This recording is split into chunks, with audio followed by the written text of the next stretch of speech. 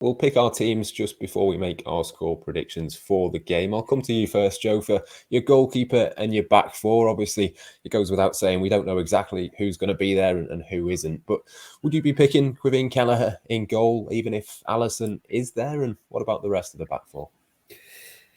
I really like Caoimhín Kelleher. I think he's a really, really good young player. And, I think Theo's written a piece today, obviously copied off a wonderful piece I wrote earlier this season, saying that Liverpool have got a bit of a dilemma with him because such a good number two at such a young age is going to want to go and play football at some point, and he's not going to do that at Liverpool with Alisson.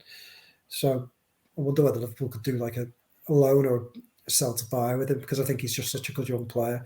But for this, it's a semi-final. If he's fit, I will be playing Alisson. I think there's an argument that you could say reward Caoimhín Kelleher for what he's done in the other rounds. But for me, I think you just sort of revert to the proper pecking order and once you get to big games, and I would be playing Alisson. I've got a feeling Liverpool will play Kelleher on Thursday night, though. Do you want me back four, or are we? Yeah, go for it. Back four. Again, as I've just said, if people are fit and not are COVID-free, I would argue that you would sort of revert to the main back four, with one exception. I would go for Trent. I'd possibly keep Konate in there, Van Dijk and Tsimikas. I think I put Tsimikas in just to rotate those two left backs. And just on Arsenal, I just want my own say on Arsenal. We've all had our say on Arsenal. You didn't even ask me, Matt.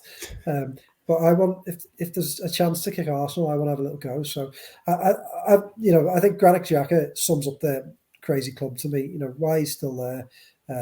I'll never ever understand. He's a guy who should have left.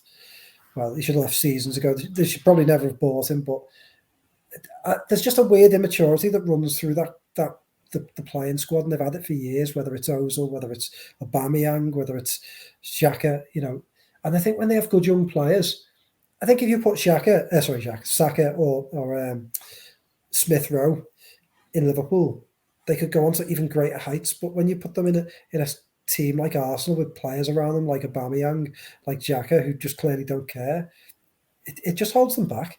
And I think, for me, Arteta, I hope weeds out some of those personalities, because they shouldn't be at Arsenal Football Club. They just,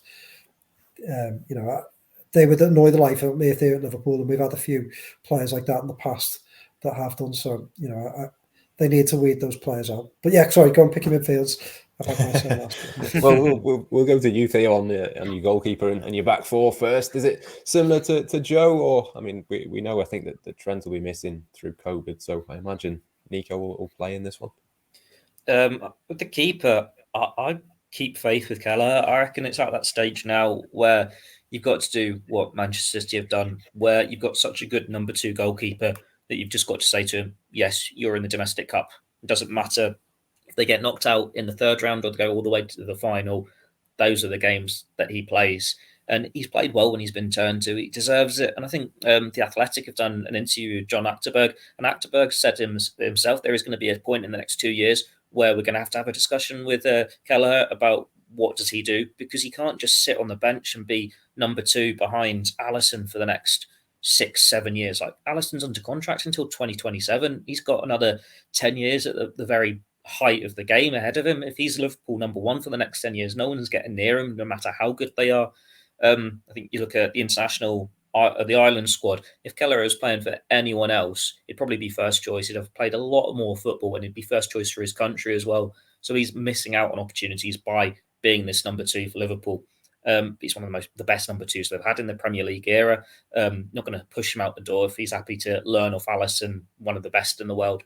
Happy to keep him there, but there are going to be these occasions where you have to just give him that reward and say, yeah, doesn't matter, that's in a big game. You've earned to keep your place with the semi-finals, and hopefully you can get a few Wembley appearances this year, depending on how FA Cup does and League Cup. Defensively, I think Trent, they're saying, should be back.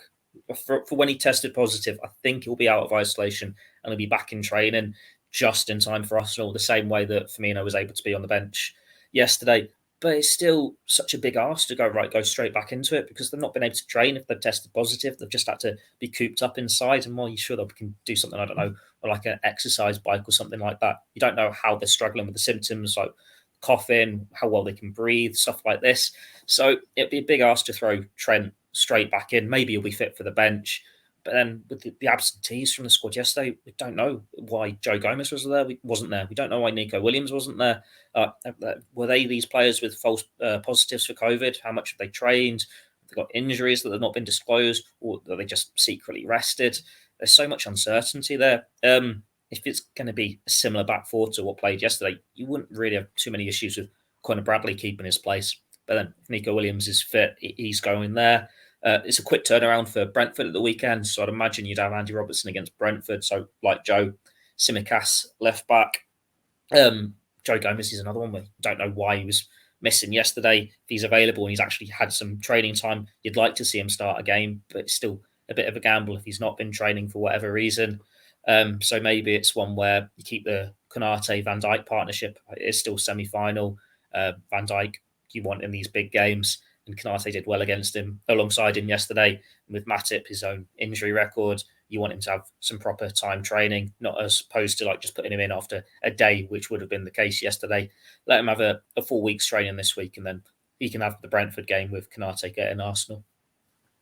I'm going to bring Joel Matip in for this one. I think he'll have had a few days training, won't he? I think he was back on Friday. He was one of those, so I'm going to pick him. But Hannah, what's your goalkeeper and back four? What are you going to go for?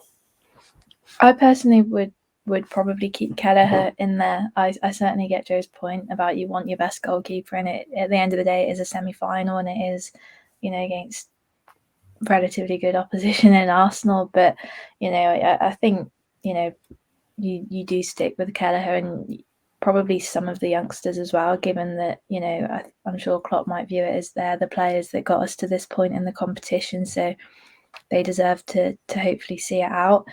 But I think goalkeepers are certainly one way you do keep the consistency with it, and I would put Kelleher in there.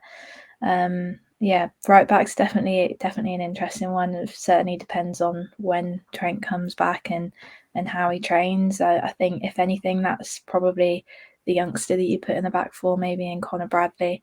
He certainly didn't do too bad against Shrewsbury, and of course Arsenal's a completely different test, and I think he did struggle a bit against Leicester as well in the last round. But I'd maybe keep Conor Bradley in there, but obviously if Trent's fit and if Trent's ready to go, then you put him in there. But I don't know if you'd have one eye on Brentford as well and think you'd rather Trent be ready for that game.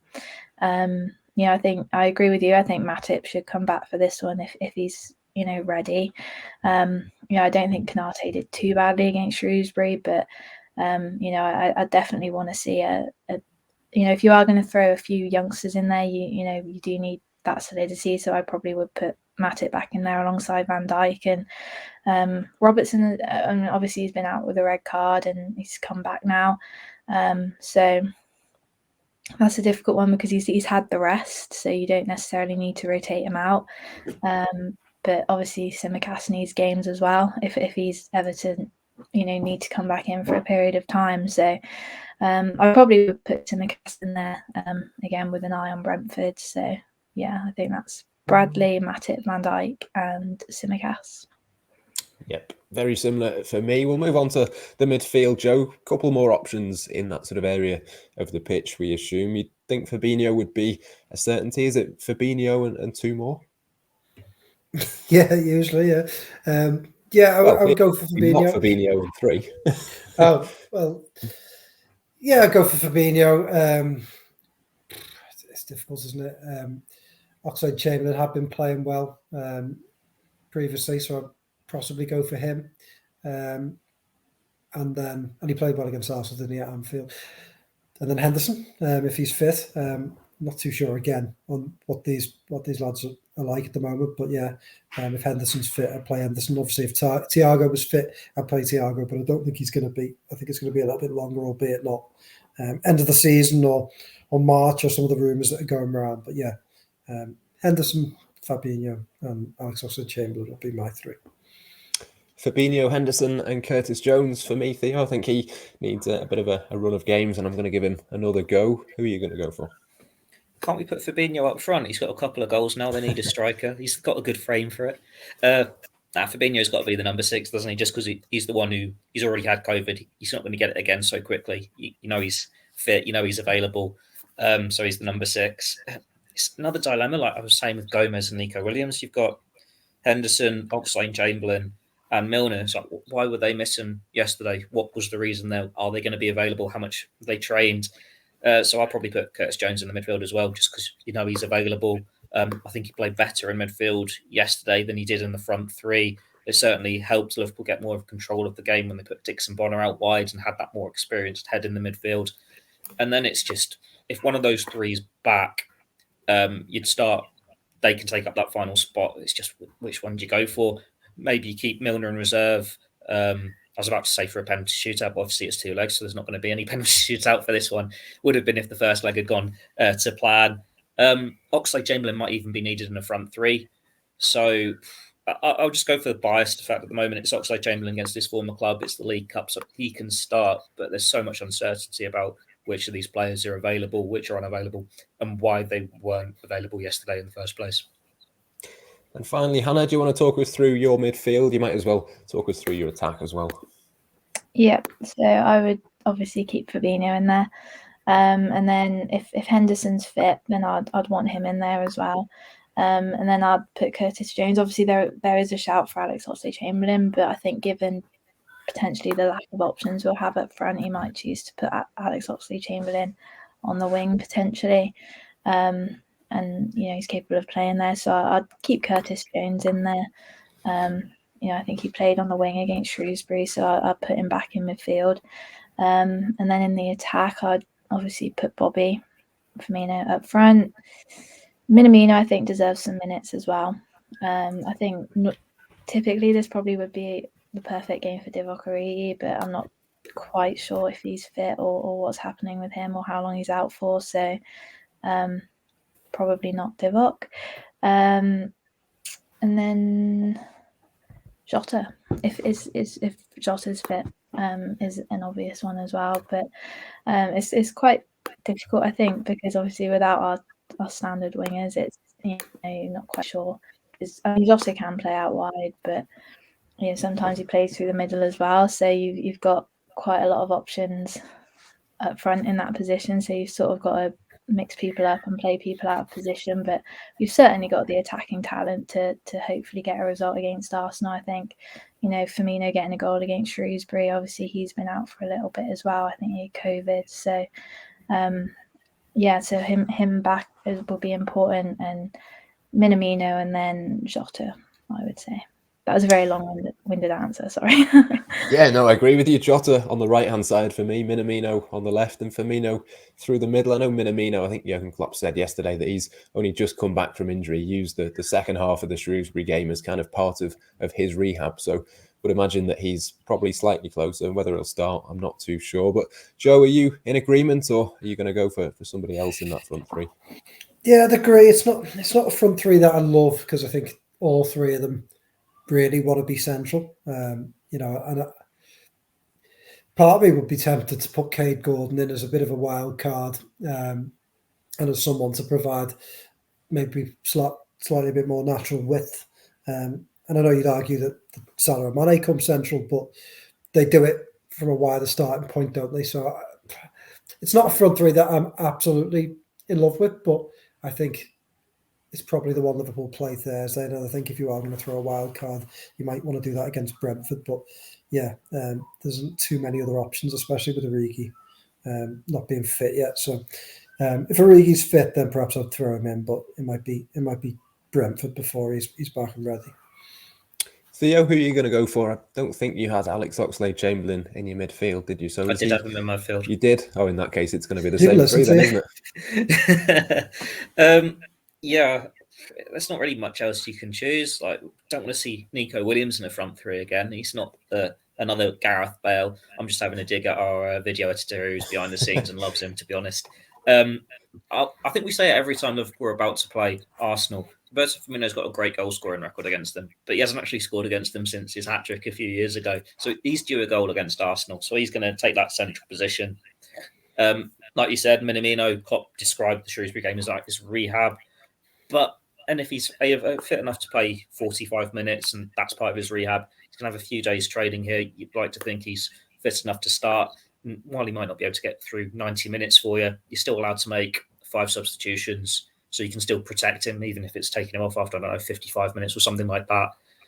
And then Jota's another one. Don't have a clue why he wasn't in the squad yesterday. You're hoping he's available because they're going to need him this month without Salah and Mane. You think for a semi-final, it makes sense to go as strong as you can and put him in. So he would make up the trio. But like Joe, if he's out for whatever reason, I wouldn't mind putting in Cade Gordon as this wild card. I don't think Origi's back yet. I think he's still injured. And then other options, it is only Oxlade-Chamberlain. So go reasonably strong, get a comfortable win in the first leg, and then you can rotate things more at the Emirates when you hopefully already got one foot in the final. Yes, interesting stuff. And on that note, we will go for our score predictions. I'm going to go 2-0 to Liverpool. I think I'm fairly confident that the Reds will win this one. Theo, I'll come to you first. Is it going to be 1 foot in the final after Thursday? I'll go 3-1. Liverpool don't seem to be keeping many clean sheets at the moment.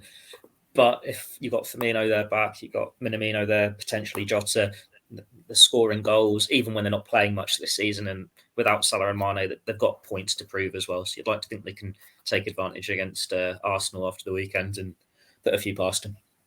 Yep, absolutely. Joe, what about you? 2-1 Liverpool. Again, Liverpool, even when Arsenal feel dangerous, Liverpool quite often seems to do a job against them. And I just think it will be one of those sort of games when they'll play with the handbrake off a little bit and with a bit more freedom. So, yeah, I fancy them. 2-1 Liverpool. And Hannah, are you going to make it all 4 predicting a win, or how do you reckon it might be? I certainly think it will be quite tight. So I'll probably stick with Joe and go as the 2-1 as well. I think given that we're at home, I'd like to think we can get a result to take to the Emirates, but I think it's a bit of a blow losing that home advantage for the second leg. So, as long as we get a win in the first leg, I think that will really put us in good stead for the match at the Emirates. So 2-1.